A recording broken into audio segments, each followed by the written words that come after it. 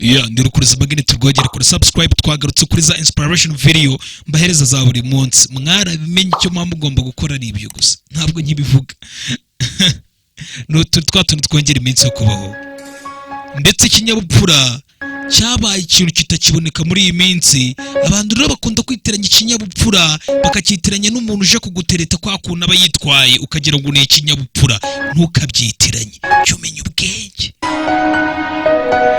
iyo ugize stress umubiri wawe ukunda kugira ugashesha urumesa akenshi waba uri kurira ugatangira kugira iminkanyari ku isura yawe ariko iyo usetse mu maso yawe nibwo utangira kugira twafosete ukanezerwa cyane jya useka maze isura yawe irushaho kumera neza. Amagambo meza yaba ndetse matoya akaworoha kuyavuga ariko burya ayo magambo nyirabubande yazo y'ayo magambo uvuze ntabwo arangira nta nubwo zishiraho zihora zihari. Jya ubwira abantu amagambo meza buri munsi ntugacike intege. Buri ubuzima burimo ubugeni bwo kuba wabaransinga umubano w'ibintu byose ukuhura n'abantu abo uvugana nabo n'ibintu byose ukabasha kubyitaho icyarimwe. Uzakoresha inseko yawe kugira ngo uhindure isi, ntuzemerere isi kugira ngo yangize inseko yawe, cyo wisekere. Gukora cyane byanesha umunyemano ugihe umunyemano adakoza cyane, bivuze ngo kora cyane. Imwe mu mana idasanzwe umuntu ashoboye guhereza undi ni ukumufasha gukomeza, kumusunika, support. Buriya ngo umuhanga mu kwihangana aba ari umuhanga muri buri kimwe cyose. Jya umenya ubwenge ntugacike intege. Niba ushaka kugira ngo umunsi umwe uzabe wuzuye, aka kanya ugomba kubanza kureba koko niba nta kindi kintu ufite. Waramutse ariko jya umenya ubwenge. Akazi kawe ntabwo ari ugucira abandi urubanza, akazi kawe ntabwo ari ukubanza kumenya niba koko ibyo abandi bafite uyu munsi bibakwiriye cyangwa bitabakwiriye, ahubwo akazi kawe ni ukuzamura ibyangiritse cyangwa se kuzamura ibyiri hasi, gukemura ndetse no gusubizaho ibyari byarangiritse ndetse gukiza n'abo bantu bababaye. Ako niko kazi kawe, ukura abari hasi ukabashyira hejuru, abababaye ukabanezeza. Niko kazi kawe. Akazi kawe si ugucira abandi imanza. Jya umenya ubwenge. Ubuzima turimo ntabwo icyangombwa ari ukuba ufite inshuti nyinshi, ahubwo icyangombwa ni ukuwibaza izi inshuti zose ufite zimeze zite, ziteye zite. Agaciro ugomba kwihereza. Rimwe na rimwe ubukwiye distance ibikwiye kuzakwigisha agaciro umuntu afite mu buzima. Mu Cyongereza habamo amagambo abiri: kumva, listen, na silent. Silent bivuze guceceka. Ayo magambo yose afite inyajwi zimwe n'inyuguti zimwe, gusa bitandukaniye uko zitondetse. Bitekerezeho. Guceceka no kumva. Ahahise ni isomo wakuyemo, ndagira ukurikire. Ahahise ni isomo wakuyemo. Uyu munsi aho turi ni ikizamini ufite, ni igerageza urimo, ariko hazazaho ni ibizaza, expectation. Rero ntukajye ucika intege na zimwe, uzajya ukoresha ubumenyi wize mu hahise ubukoreshe muri rigerageza urimo kugira ngo uzageze mu byo wifuza hazaza. Ntabwo ubuzima bwiza no gukira byose biva ku miti dufata iyo turwaye. Rimwe na rimwe hari igihe biva mu mahoro yo mu mutwe, amahoro ava mu mutima, amahoro muri roho. Ibintu rimwe na rimwe bikava mu guseka ndetse n'urukundo. Komeza ugire umunsi mwiza n'ubuzima bwiza. Abantu bakunda gukora amakosa akenshi rimwe na rimwe mu buzima bwabo, amakosa yo kugenda kwita ku bintu batabasha guhindura, bakirengagiza ahubwo ibintu bahindura. Uzajya wita ku bintu wahindura kuruta ko kwita ku bintu utabasha guhindura. Jya umenya ubwenge. Uzajya ukorera ibintu byiza abandi bantu, nawe igihe gikwiriye bizagaruka mu buryo utari witeze ko bizaba. Buriya nuramuka ugize akabazo gatoya mu buzima bwawe ntabwo bivuze ko ubabaye byangiritse koko byanyabyo. Oya, ibyo bivuze ko iryo ni igerageza uciyemo, uretse ko ritabashe kuba ryakubabaza cyangwa riguca intege, ucika intege ku buryo ukwiye kuba wajya hasi burundu.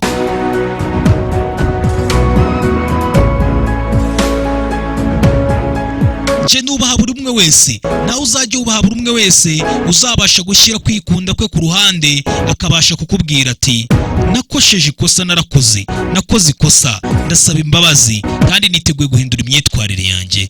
Umuntu ari uzagumana nawe ubasha gushyira kwikunda kwe ku ruhande, agahitamo wowe ndetse no kwikosora. Cyo menya ubwenge. Buriya ibintu byiza bizaba mu buzima bwawe igihe uzaba umaze kwitandukanya n'ibyo bicantege, negativities. Isi buri munsi izahora ishakira abantu beza ndetse n'abantu babi buri munsi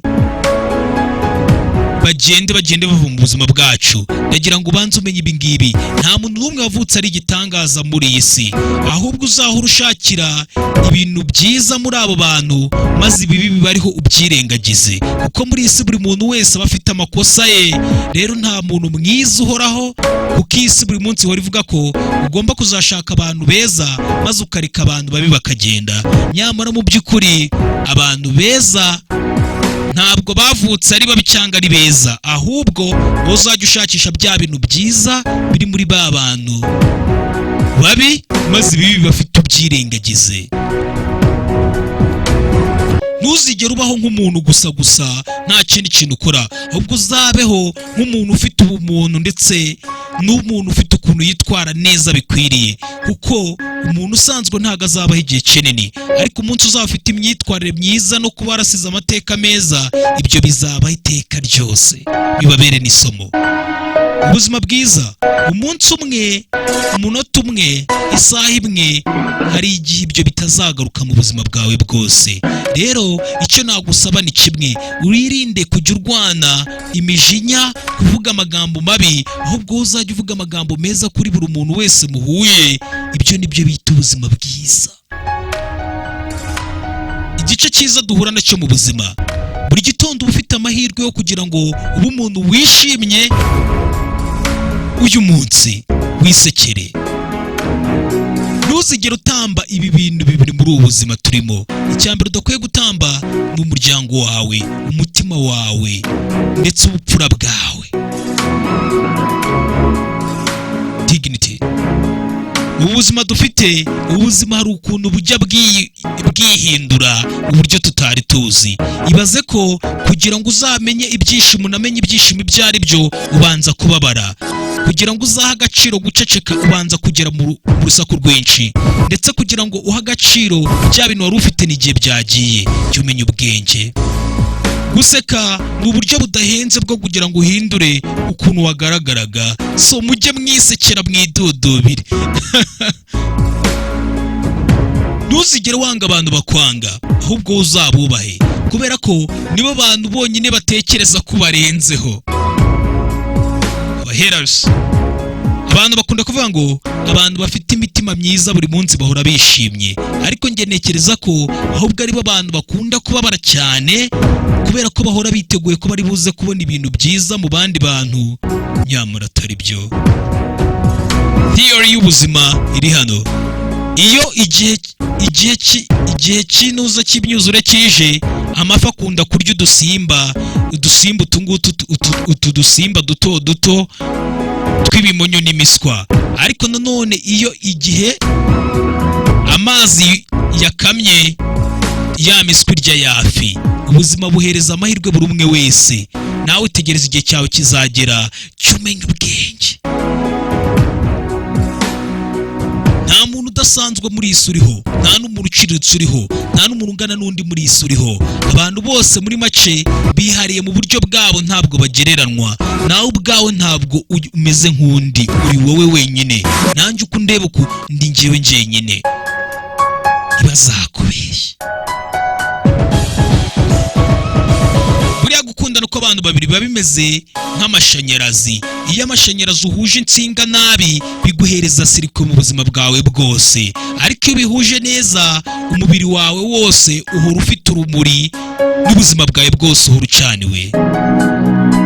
Birashoboka ko umunsi umwe uzahura n'umuntu uzabasha kumva inkuru yawe y'ubuzima bwawe akabasha kukurinda kubera ko atifuza kongera guca muri ako gahinda nk'ako kababaro wigeze ucamo mbere. Buri munsi uzabesha umuntu ukabona biciyemo, ntuzigere utekereza ko uwo muntu ubeshya ari ikigoryi, ahubwo uzabashe kumenya ko yakwizeye birenze uko wari ubikwiriye. Ntuzigere uva ku bintu uko inzira waba uri gucamo yose yaba igoranye, ntuzigere uva ku bintu, kuko umunota ugiye kuva ku bintu nibwo igitangaza cyawe kiba kigiye kuba. Rero guma wemye, wizere iyo process nkubwiye, ntuve ku bintu. Hari igihe uba ugiye kuva ku bintu nyamara aribwo bigiye gukunda, mu gihe bizakugeza mu kababaro kugira ngo umenye ibyishimo, ukajya mu rusaku kugira ngo uhe agaciro guceceka cyangwa gutuza, ndetse kugira ngo ugire ibyo ubura kugira ngo uhe agaciro ibyo ufite. Buriya abantu banezerewe ba mbere mu isi ni ba bantu batanga, ntabwo ari ba bantu bahabwa.